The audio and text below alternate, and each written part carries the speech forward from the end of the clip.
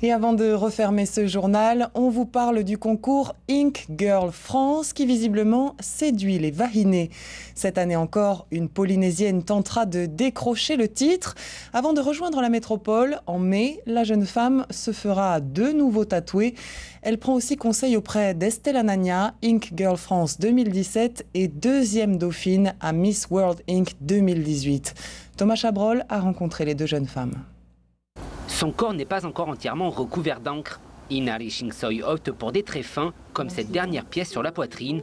À 30 ans, la jeune femme s'est inscrite au concours Ink Girl France 2019 par défi et par passion pour le tatouage polynésien. Ça représente l'étoile du Nord. Et aussi, ce qui en échappe, c'est pas des lianes, mais c'est que mon mana représente tout mon vécu en fait. Donc on a notamment le mariage, les années marines et plein d'autres choses. C'est tout ce qui en échappe de cette étoile qui est moi-même. Voilà, je tenais à le faire à cet endroit-là. Sur la cuisse, Inari doit remplir cette carte d'encre colorée. Selon le choix de ses motifs, elle fait appel à différents tatoueurs. Bras, dos, cuisses et cou sont les prochaines parties du corps qu'elle souhaite embellir de motifs polynésiens. Et pour en discuter, elle échange ses idées avec la première polynésienne à avoir décroché le titre. C'était Estelle Anania en 2017. C'est vrai qu'on est tatoué très différemment.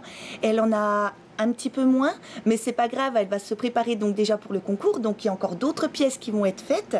C'est des symboles qui sont très très forts en fait. C'est vrai que j'ai déjà des projets en tête que je tiens à réaliser, mais j'aime aussi avoir l'avis d'Estelle qui, elle, est déjà dans cet univers depuis bien plus longtemps que moi. Donc je suis toujours là à la quête d'idées et je n'hésite pas à écouter justement la proposition des autres personnes et d'avoir un autre regard. Patutiki, polynésien moderne ou japonais, Inari ne se limite à aucun style, mais elle privilégie des traits et des courbes fines plutôt que des grosses pièces.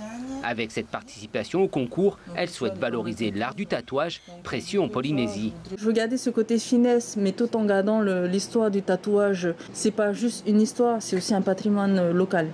D'ici 4 mois, de l'encre aura coulé sous la peau d'Inari. La jeune femme poursuit sa préparation pour travailler aussi ses postures et compléter son book photo. Et c'est la fin de ce journal. Avant de se quitter, voici un rappel des principales informations du jour.